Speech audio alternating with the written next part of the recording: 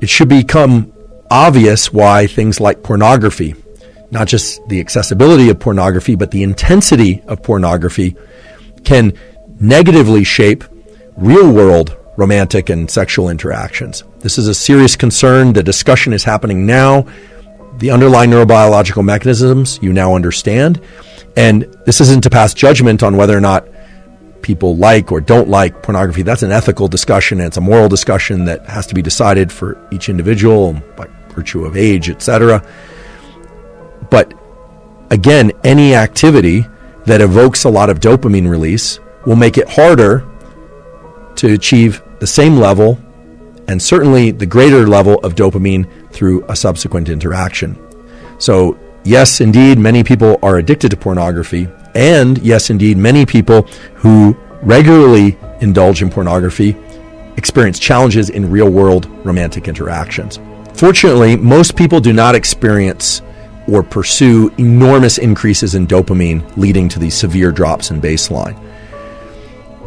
Many people do, however, and that's what we call addiction. When somebody pursues a drug or an activity that leads to huge increases in dopamine, and now you understand that afterward the baseline of dopamine drops because of depletion of dopamine, the readily releasable pool, the dopamine is literally not around to be released, and so people feel pretty lousy. And many people make the mistake of then going and pursuing the dopamine evoking, the dopamine releasing activity or substance again, thinking mistakenly that it's going to bring up their baseline, it's going to give them that peak again. Not only does it not give them a peak, their baseline gets lower and lower because they're depleting dopamine more and more and more. And we've seen this over and over again. When people get addicted to something, then they're not achieving much pleasure at all. You can even see this with video games. People will play a video game, they love it, it's super exciting to them, and then they'll keep playing and playing and playing, and either one of two things happens, typically both. First of all, I always say addiction is a progressive narrowing of the things that bring you pleasure. So oftentimes what will happen is the person only has excitement and can achieve dopamine release to the same extent doing that behavior and not other behaviors. And so they start losing interest in school, they start losing interest in relationships, they start losing interest in fitness and well-being, and depletes their life. And eventually what typically happens is they will stop getting dopamine release from that activity as well, and then they drop into a pretty serious depression. And this can get very severe, and people have committed suicide from these sorts of patterns of activity. But what about the more typical scenario? What about the scenario of somebody who is really good at working during the week, they exercise during the week, they drink on the weekends?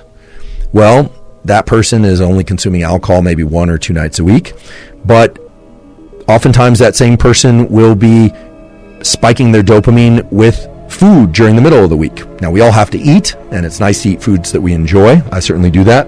I love food, in fact. But let's say they're eating foods that really evoke a lot of dopamine release in the middle of the week. They're drinking 1 or 2 days on the weekend.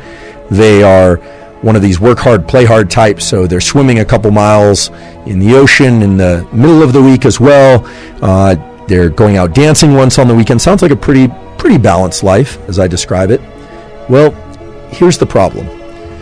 The problem is that dopamine is not just evoked by one of these activities. Dopamine is evoked by all of these activities.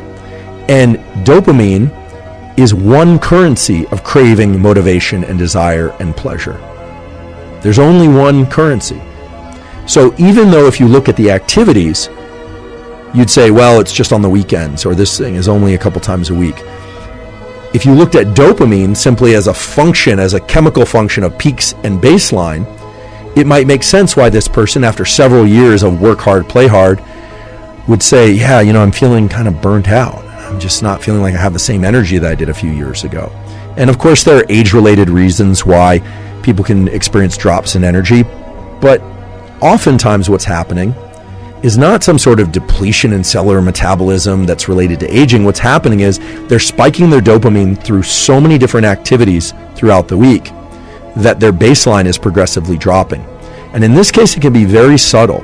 It can be very, very subtle. And that's actually a very sinister function of dopamine, we could say, which is that it can often drop in imperceptible ways, but then once it reaches a threshold of low dopamine, we just feel like, we can't really get pleasure from anything anymore. What used to work doesn't work anymore. So it starts to look a lot like the more severe addictions or the more acute addictions to things like cocaine and amphetamine, which lead to these big increases, these big spikes in dopamine, and then these very severe drops in the baseline. Now, of course, we all should engage in activities that we enjoy. I certainly do. Everybody should. A huge part of life is pursuing activities and things that we enjoy.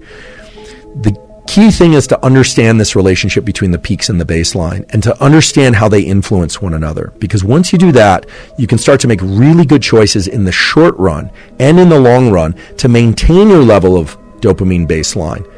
Maybe even raise that level of dopamine baseline and still get those peaks and still achieve those feelings of elevated motivation, elevated desire, and craving. Because again, those peaks and having a sufficiently healthy high level of dopamine baseline are what drove the evolution of our species, and they're really what drive the evolution of anyone's life progression too. So they're a good thing. Dopamine is a good thing.